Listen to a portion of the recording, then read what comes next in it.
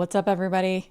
Do you ever get insecure on calls? You're talking to a big executive, you're worrying about what they're thinking about you. What if they can see right through you? They can see that you're making it up. They can see that you don't know what you're talking about. It feels so horrible, right? What's so interesting is that I've had so many clients in this exact same position. And for those of you who are newer into sales, you would be alarmed or maybe shocked to know that even the top tier salespeople look this way. I've had people who are the number one rep at their company, people who are on the top of the leaderboard, who've gone to President's Club, and they still feel this lack of confidence, this self-doubt, this insecurity that shows up on sales calls. So I'm going to teach you some really easy tactics today that are going to get rid of all of that. Are you ready? Let's jump right in. Hi, I'm Amber. I'm a performance coach. I help enterprise and strategic sellers with their mindset and their productivity. And insecurity is a really big part of your mindset when it comes to sales. What this might look like for you is that you feel you're on a sales call and you're worried that they're going to see right through you. They're going to see that you don't know what you're doing. They're going to see that you're making all of this up. You're worried that you're going to lose all credibility. And what it sometimes feels like is like a plane slowly crashing on the call. You can just see it's not going well. It's getting worse. It's getting worse, but there's nothing you can do to fix it. And by the end, you just feel horrible. I had a client once come to me and say, I need your help fixing my communication. I said, okay, tell me more about this. And he said, when I get on these calls, I get so nervous. I get so flustered that I just start talking and talking and talking. I'm not asking questions. I'm just trying to fill a space. It feels so uncomfortable. And I demolished the phone call. This client went on to make over $1 million as a W-2 employee after he cleaned up this confidence problem. And this person was also a top rep at his organization. He was the number one person, but he felt like he had all these problems that would show up on calls. So let me give a quick personal story. This was something that I personally experienced. My background, I grew up homeschooled, and I was homeschooled up until part of junior high. And I feel like I didn't learn social cues. I was a very awkward individual. I didn't know how to talk to humans. I didn't know how to interact with people. And so fast forward, I'm in my 20s, I'm going to university, and I would meet a bunch of new people on a regular basis. And these were people that I wanted to be friends with, people that I thought were cool, people that I wanted to get to know better. But I was coming from this place of feeling so awkward and so uncomfortable. And so any chance I'd get to talk to somebody, I'd be standing there talking to them, and I'd think like, ugh, does my breath smell bad? Did I say that weird? Are they going to think I'm an awkward person? Are they going to want to be friends with me? Are they going to just bow out of this altogether? Can they see that zit that I picked on my face this morning? Like, I would feel so insecure. And so then, of course, I would come across even more awkward, and then the friendship was ruined. So I learned this trick for myself. I kind of just figured it out. I realized that the person on the other side of the conversation felt just as awkward as me, which felt hard to believe because I had all these stories in my head about how I was just an awkward person. I don't know how to talk to people. I was homeschooled. I wasn't socialized like everyone else. And so I thought that I was the problem. But then I realized everybody feels uncomfortable when they're meeting somebody new for the first time. And they're new in this situation, just like I'm new in this situation. So they probably have insecurities coming up as well. And so I tested it out. I tried putting myself in their shoes instead.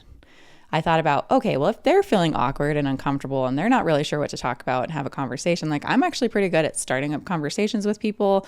I'm pretty good at being the first one to say things. I'm pretty good at asking questions and getting to know others. And so I just tried doing that. I tried just showing up and trying to make the other person feel more comfortable. I worked from the assumption that they were feeling the same discomfort that I was feeling. And this is so key for you in sales. I just decided that I was going to take care of them and help them feel more comfortable in this situation. And it worked. I started feeling so comfortable talking to people. I stopped being in my own head because instead I put myself in their head. This is so key and so important. The way that you stop feeling insecure is you stop thinking about yourself. You literally cannot feel insecure when you put yourself in the other person's shoes, when you put yourself in their head, when you start acting out of service and taking care of them, that's when insecurity completely dissipates. So this is the key.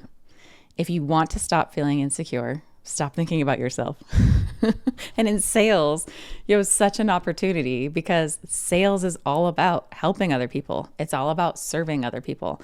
When you can release your own attachment to the outcome and just show up in service, that's when all the insecurity will melt away and you'll get incredible results, because that person will realize that you're there for them, that you're there to support them, to help them, and they're going to feel that care that you're giving them, and they're going to want to do business with you.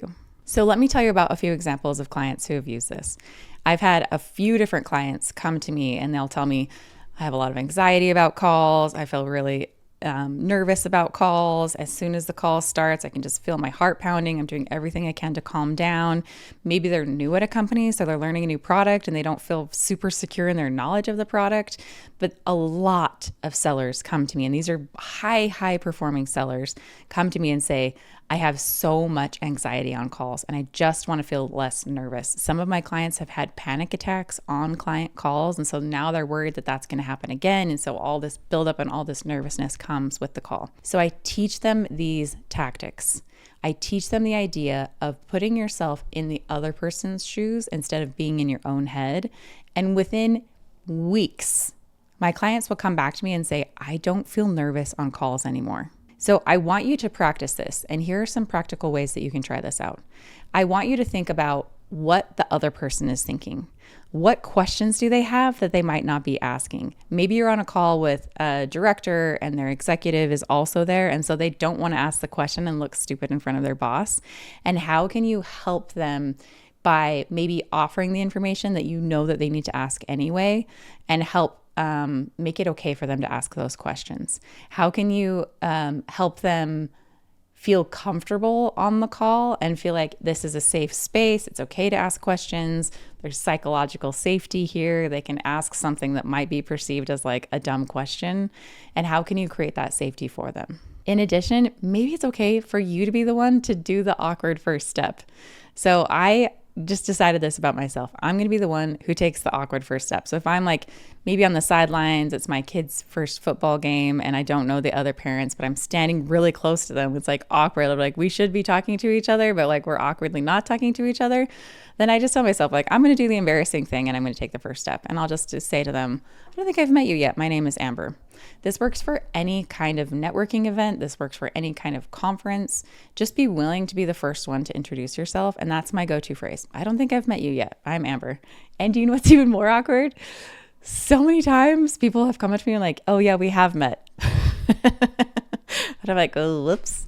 So sometimes the worst case scenario will happen. And do you know what? I have survived every one of those times. I felt embarrassed and I've laughed about it, but I'm still here to tell the tale. So even if the worst case scenario happens, you're going to be okay. So I want you to put yourself in the other person's shoes. Think about what questions they might have. Think about what hesitations they might have. Make it a safe space for them to be able to voice all of those. And you'll find that as you're thinking about them and what they need and trying to help them and support them, not only are you no longer going to feel insecure whatsoever, you won't feel nervous about your calls. You'll feel a lot less anxiety about your calls, and you're going to get so much better results. When you sell from a place of service, people love it. This is what some of the very top performers in sales do. They release the outcome and they just focus on service. I hope this was helpful for you. If you want more information, I have a really phenomenal newsletter. If you're not on it, you need to get on it. Go to mentalmastery.com/newsletter to get on the list. Every week I share a really helpful piece of advice. I share behind the scenes. I give you the exact step-by-step process that I teach to all my clients, and I would love to share those with you. Thanks so much for tuning in, and I'll see you next week.